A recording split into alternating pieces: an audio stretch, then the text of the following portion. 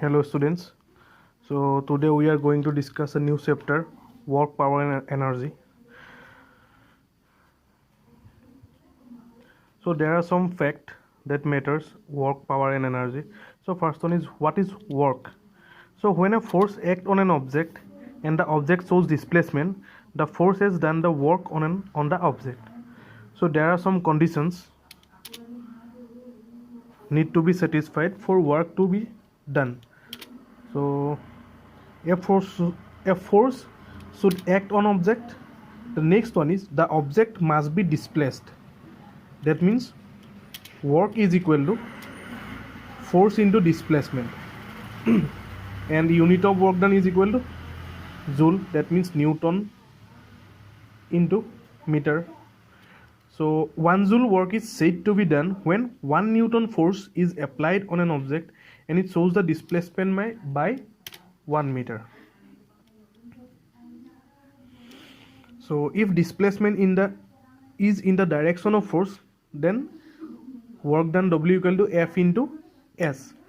W equal to Fs. Now if displacement is in the direction of opposite to the force, then work done is equal to minus F into S.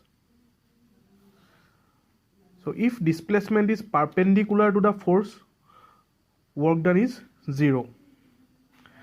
So next is energy.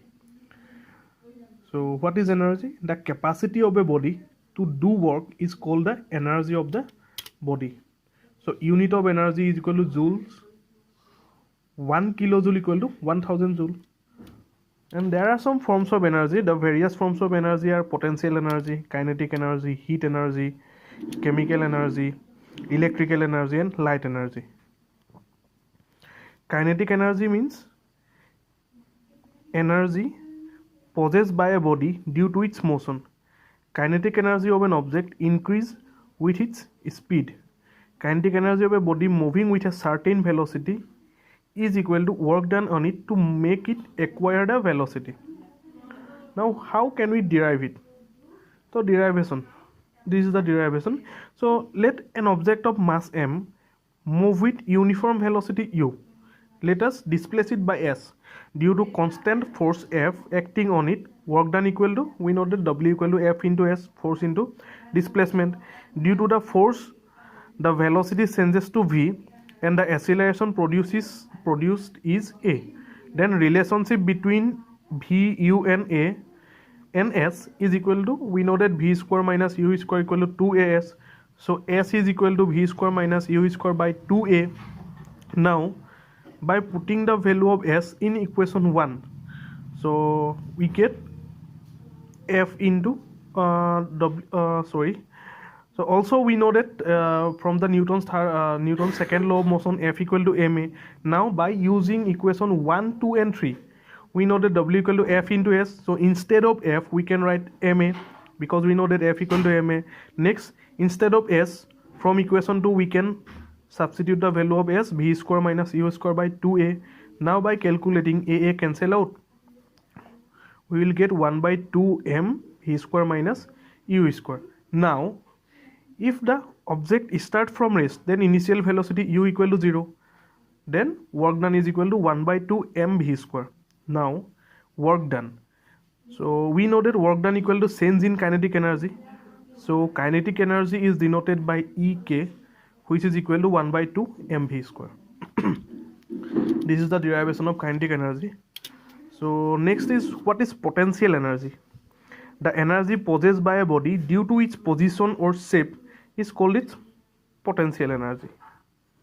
And one more important point is gravitational potential energy. What is gravitational potential energy?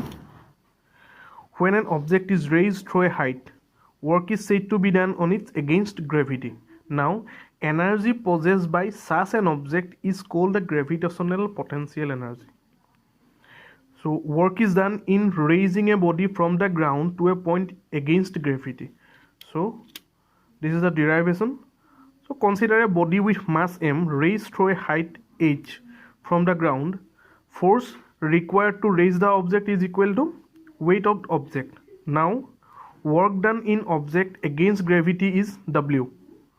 So W equal to force into displacement.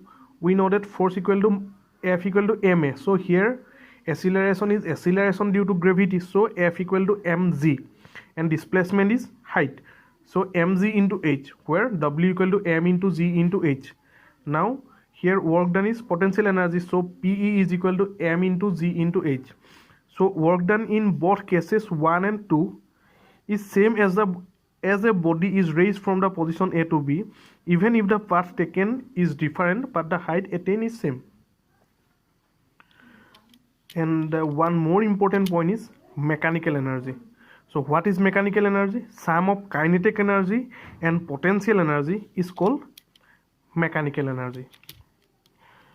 So in the next video we will discuss what is law of conservation of energy and how can we derive it, and power. Thank you.